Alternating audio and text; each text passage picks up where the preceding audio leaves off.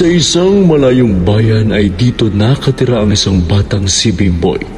Bagamat laki ito sa hirap, ay di pa rin nawala ang kanyang pangarap para sa kanyang bayan na maramdaman nila ang kaginhawaan at kapayapaan.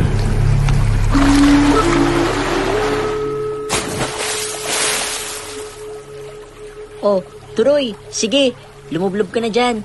Ang init ng araw, oh. Magpahinga ka muna tapos bukas ulit tayo mag-aararo.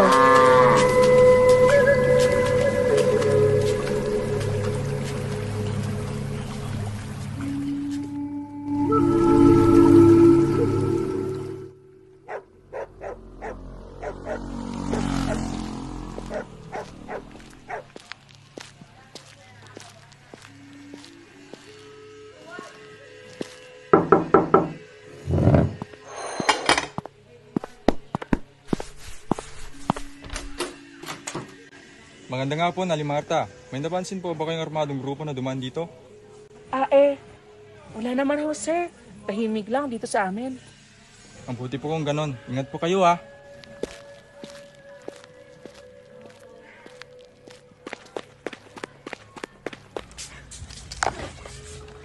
Nay, bakit niyo sinabi na wala? Nakita ko po mismo kanina. Dumaan ang mga NPA rito. Pati bigas at sardinas, binigyan niyo pa. Anak, manahimik ka. Hindi mo alam ang pinapasok mo. Kung hindi tayo makikisama, tayo mismo ang babalikan. Sila ang laging nandito. Hindi ang mga sundalo na yan.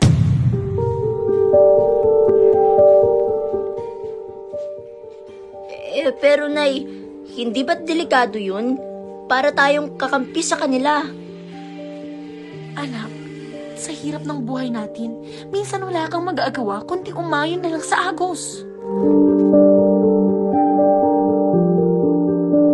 Sa kanyang paglaki ay unti-unti ring nabubuo ang galit at puot ng mga mamamayan sa gobyerno. Isang araw, kasabay ng madilim na gabi ay ang malakas na revelasyong aaminin ng kanyang ina.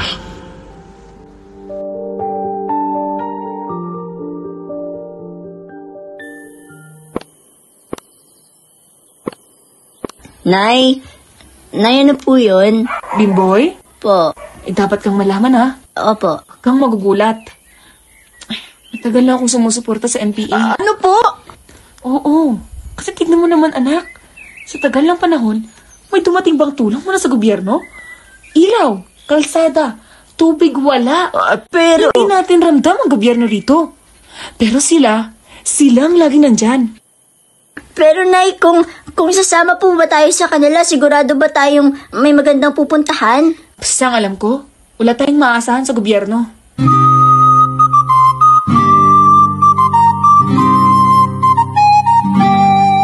Sa paglipas ng panahon, katulad ng kanyang mga magulang, lumaki si Bimboy ng may sugat ng gobyerno sa kanyang isip at puso.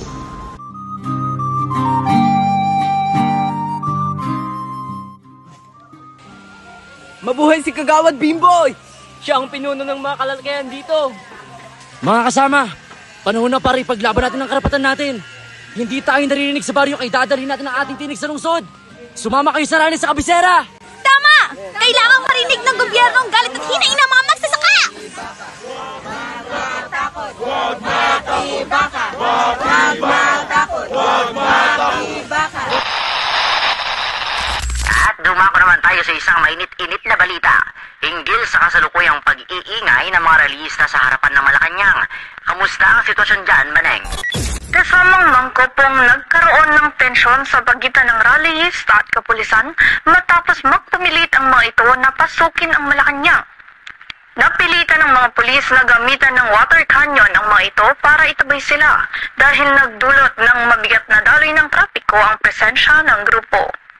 Ayon sa kanila, nais nilang kalampagin ng pamahalaan dahil sa naranasang patuloy na pagtaas ng presyo ng mga bilihin at kawalan ng suporta sa mga magsasaka. Ilang taon na tayong ganito. Rally dito, rally doon. Pero anong nangyayari? Pare-pareho pa rin. Totoo yan, Kagawad? Ang ibang baryo, may kalsada na.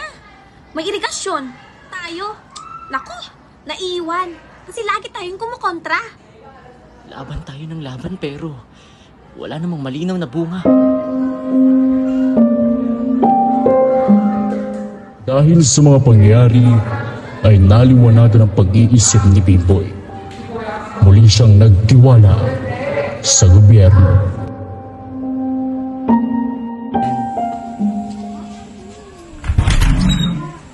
Kagawad Bimboy, narito kami para magpaliwanag. May programang gobyerno, NTF-ELCAC. Layunin nitong tapusin ang gulo at tulungan ang mga baryo na dating hawak ng NPA. May pondong nakalaan para sa proyekto dito mismo. Matagal ko nang pinagdududahan ng gobyerno. Pero kung totoo yan, baka ito lang pagkakataon naming bumangon. Pagod na akong lumaban na wala namang pinatutunguhan.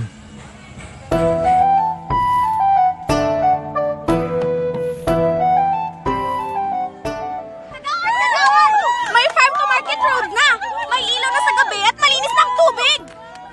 Sa wakas, may pag-asa na.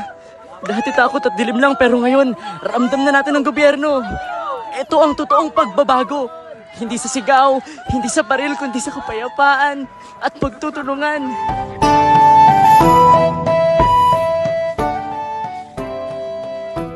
Mga kabataan, pakinggan niyo ako. Ako mismo minsang naniwala na ang gobyerno ay walang silbi at ang NPA ang sagot. Pero mali pala.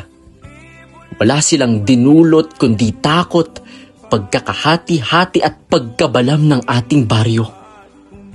Ang totoong laban ay ang itaguyod ang ating komunidad.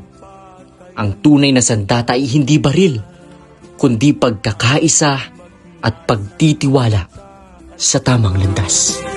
Pilipinas kung minumutya, pugad ng luha at dalita.